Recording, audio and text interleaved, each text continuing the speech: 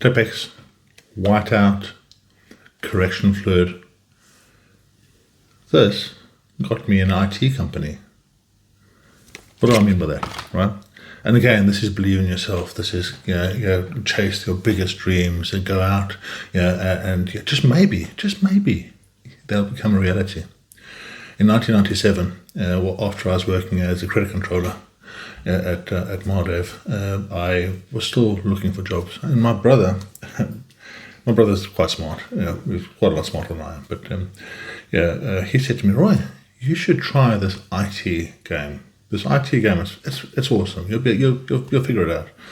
And by now, remembering I had to be shown what a mouse was, not even 6 months ago. By now, I had got into the whole IT world. I was working as credit control, but I was also helping them with program problems on their PCs, and I was just curious. Always stay curious.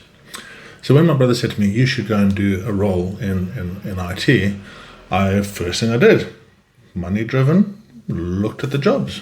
What do you know? A whole bunch more money than £13 an hour, which I was making in that role. So I thought, let's do it. So I went out and bought a book. As you did back then, there was no internet, remember? And I said to my brother, "Send me over your CV." He was still in South Africa. "Send me over your CV and I'll have a look." So he sent me over his CV. And I was like, I'm sure I can do all this stuff. I can find out about it. I can do it. So there was a bottle of Tippex on my desk. And his name is Ian, 3 letters. My name is Roy, 3 letters. So I Tippexed out his name.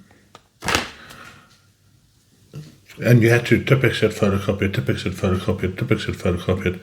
And I typed Roy. It took me a while to find the font. I typed Roy on a piece of paper and pushed it in, and I lined it all up, and I got it all. But eventually, I had a CV. And I took the CV, and I sent it out to 10 different agents in London. And at this stage, I'm kind of like thinking, what are you doing? But I remembered one thing. It didn't matter if people, if I failed and I failed and I failed. Every time I failed, I'd learn. And so long as I remembered to learn, then it was a success and not a failure. So I sent out the CV, and the very first interview was a company called Computers in the City, a chap called Peter McHugh. And I remember going in, and nervous doesn't quite describe it, right? There's taking a stab in the world, and there's taking a stab in the world. And I walked in, I sat down, and we spoke about stuff. And I'm sure Peter knew full well that I didn't really have much of a clue, but he was in a bind, and he said to me, "Listen, Roy, I want you to go out, and I want you to fix 3 problems at the clients today.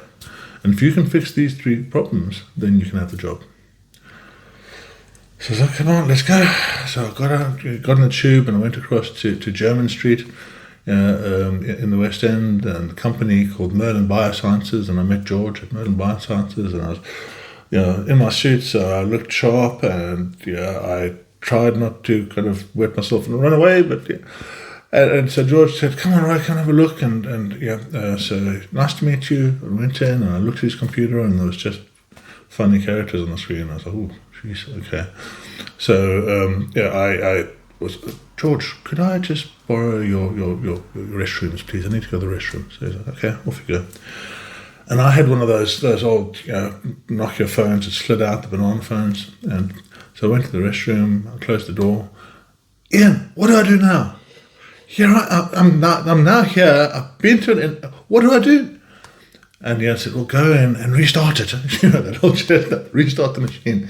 So, and then you can try this. So I went back and I restarted the machine, and thankfully it worked. And George, "You're amazing, Roy, thank you very much." And off I went to the next job. And I spent 2.5 months in the toilet.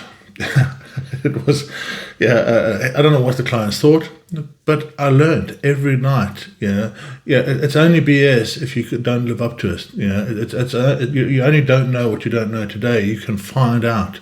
And nowadays, you have the internet. You have all the different tools you can use. So if you use this little thing, you can actually do whatever you want. And by the end of, I think it was maybe 2 years later, I'd been given an option of 10% in the company.